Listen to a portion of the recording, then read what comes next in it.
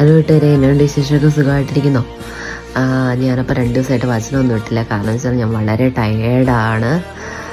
എനിക്ക് ഒരു വിശേഷമൊക്കെ ആയിട്ട് ഇരിക്കുകയാണ്. ഈശോയുടെ അനുഗ്രഹത്താൽ ഒരു കുഞ്ഞിനെ കൂടെ ഉദരത്തിൽ വഹിക്കാനുള്ളൊരു ഭാഗ്യം ഈശോ തന്നു. അപ്പം അതിൻ്റെതായ ഭയങ്കര ബുദ്ധിമുട്ടും സിക്നസ്സും വോമിറ്റിങ്ങും കാര്യങ്ങളൊക്കെ ആയിട്ടിരിക്കുകയാണ്. അപ്പോൾ എന്നെ ഓർത്ത് നിങ്ങൾ പ്രത്യേകം പ്രാർത്ഥിക്കണം. എൻ്റെ അച്ചാച്ചനോട് ഒരു ഫ്രണ്ട് പറഞ്ഞ് അവർ 11 വർഷമായിട്ട് IVF ഒക്കെ ട്രീറ്റ്മെൻറ്റ് എടുത്തുകൊണ്ടിരിക്കുകയാണ്, കുഞ്ഞുങ്ങളാവുന്നില്ല.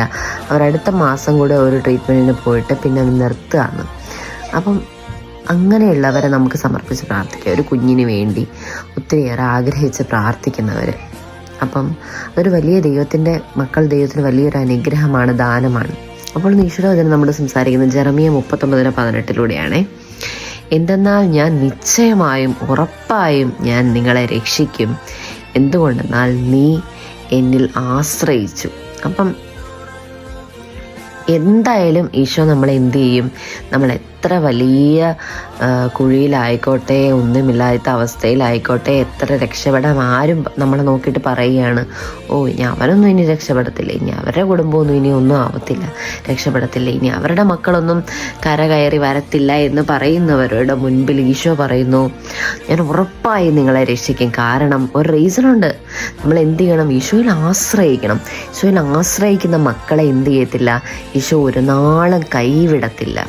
ഈശോ ചേർത്ത് പിടിക്കും. ചിലപ്പോൾ വചനം കേൾക്കുമ്പം തോന്നും നമുക്ക്, എന്നും ഈ വചനമല്ലേ അവിടെ നിന്ന് ഓടുന്ന ഒരു ഗുണമില്ലല്ലോ, എന്നും അവസ്ഥ ഇത് തന്നെയാണല്ലോ. അങ്ങനെയല്ല.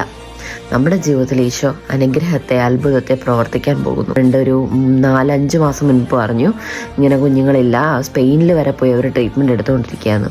ഇവിടെ ഇംഗ്ലീഷുകാരാണ്. അപ്പം ഞാൻ പറഞ്ഞു, ഇന്നതുപോലെ ഒന്ന് പ്രാർത്ഥിച്ചു നോക്കുക. നിനക്ക് ഞാൻ ചുമ്മാ ഇങ്ങനെ മാതാവിനോട് പ്രാർത്ഥിച്ചിട്ട് പറഞ്ഞു, ഒരു 5 മാസത്തിന് 6 മാസത്തിനുള്ളിൽ നിനക്കൊരു ആൺകുഞ്ഞിനെ ദൈവം തരുമെന്ന്.